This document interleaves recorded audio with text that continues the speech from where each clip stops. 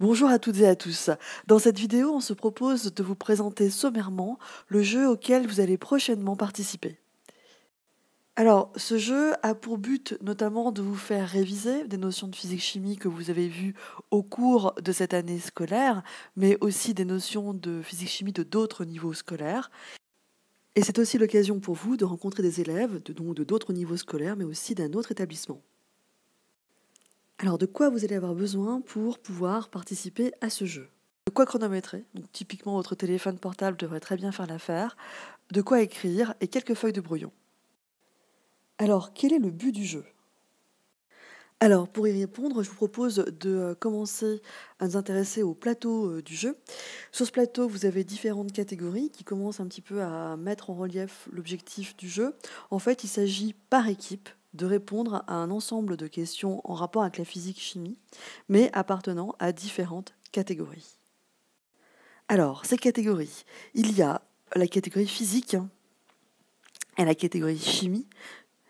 Chacune de ces catégories comporte 5 questions. Enfin, il faudra répondre à 5 questions pour pouvoir valider chacune des catégories. Les petits ronds ici symbolisent une question.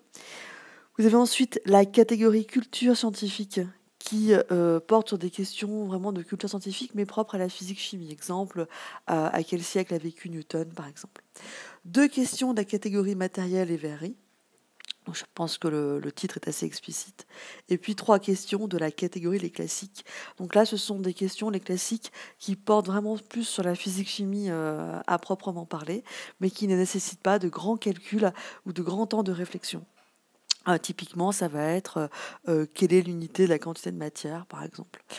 Euh, Juste aussi une remarque, chaque question n'a pas les mêmes niveaux de difficulté. Alors, on peut très bien imaginer pour chacune de ces questions des temps de réponse différents, tolérés, d'où l'importance du chronomètre. 15 secondes, par exemple, pour des questions niveau 1, 40 secondes, par exemple, pour des questions de niveau 2, donc un peu plus difficiles, et puis pour des questions plus difficiles, on peut très bien imaginer 55 secondes de temps de réponse. Alors, donc, pour gagner, il faut répondre à 18 questions, mais c'est pas exactement vrai, puisqu'il y aura encore une question finale à laquelle il faudra répondre pour pour pouvoir remporter dans l'intégralité la partie. Alors, regardons maintenant de plus près comment va se dérouler ce jeu. Idéalement, chaque équipe est composée de 4 élèves. Par exemple, imaginons que nous avons 2 équipes qui vont s'affronter, l'équipe A contre l'équipe B. Dans chaque équipe, il y aura un joueur qui aura un statut particulier. C'est ce qu'on va appeler le porte-parole de l'équipe. C'est-à-dire, c'est cet élève-là qui va donner la réponse ayant fait consensus au sein de l'équipe. Donc, ce sera seulement cet élève dont la parole sera retenue pour valider ou invalider une réponse à une question de différentes catégories choisies. Un autre joueur aura un statut un peu particulier, c'est ce qu'on va appeler l'arbitre. En effet, chaque équipe va envoyer son émissaire, entre guillemets, son arbitre. Donc, par exemple, l'équipe B va dire dans son équipe, eh bien, c'est tel élève qui va jouer le rôle d'arbitre, et pour l'équipe A, c'est tel élève.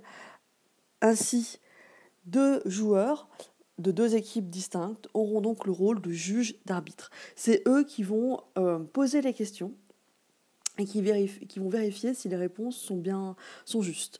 Alors, vous ferez en sorte que l'arbitre de l'équipe A soit du côté de l'équipe B et l'arbitre de l'équipe B du côté de l'équipe A. Alors, une fois que tout le monde est réparti, bien sûr, il y aura différentes parties. L'équipe A va rencontrer l'équipe B, puis l'équipe A contre l'équipe C, et ainsi de suite. À chaque changement d'adversaire, bien sûr, le statut du porte-parole et le statut d'arbitre va changer. Donc, ce n'est pas toujours les mêmes élèves qui auront le rôle d'arbitre, ce n'est pas toujours les mêmes élèves qui auront le rôle de porte-parole. Initialement, chaque équipe place un pion à cet endroit-là du plateau. Le plateau sera plastifié, d'accord ?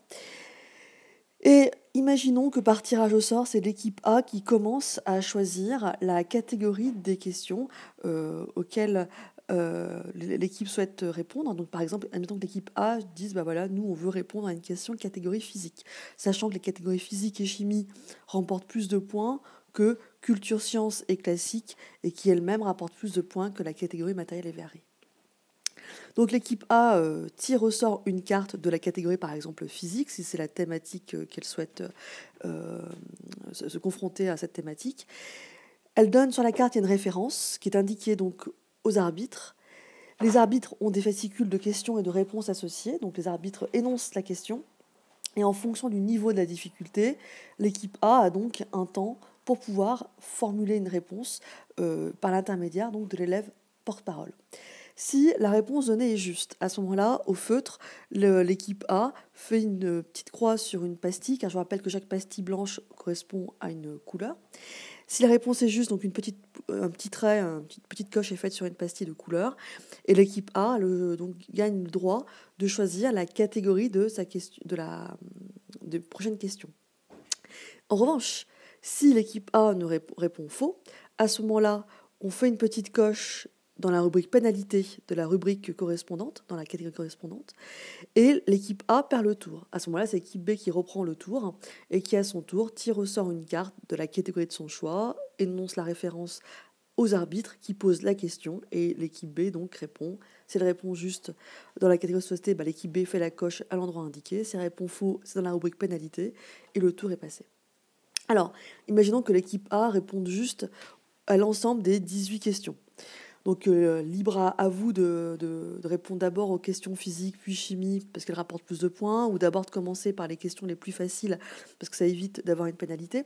En effet, on en parlera des pénalités juste après. Donc, si l'équipe A répond aux 18 questions, qu'est-ce qui se passe ?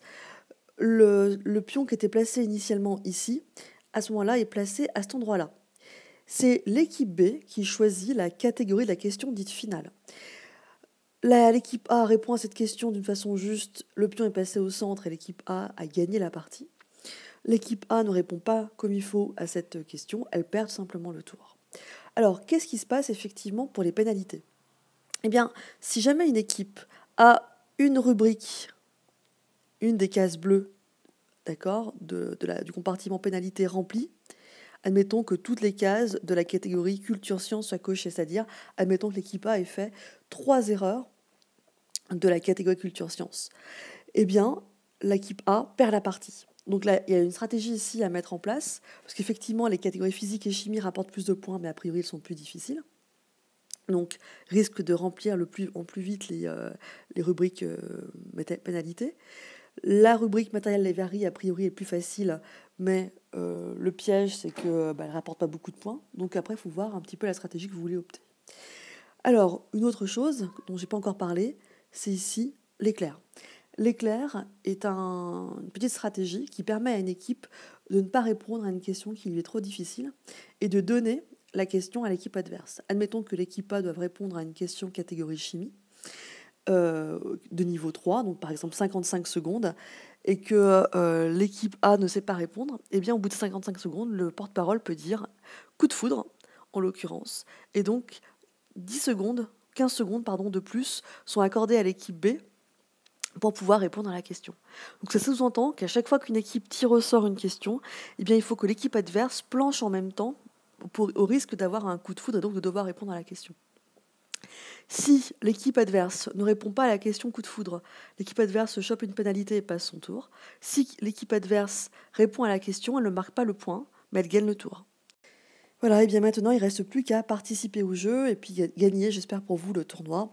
En vue de remporter, eh bien, vous verrez quels sont les prix qu'on vous propose. On vous dit à bientôt.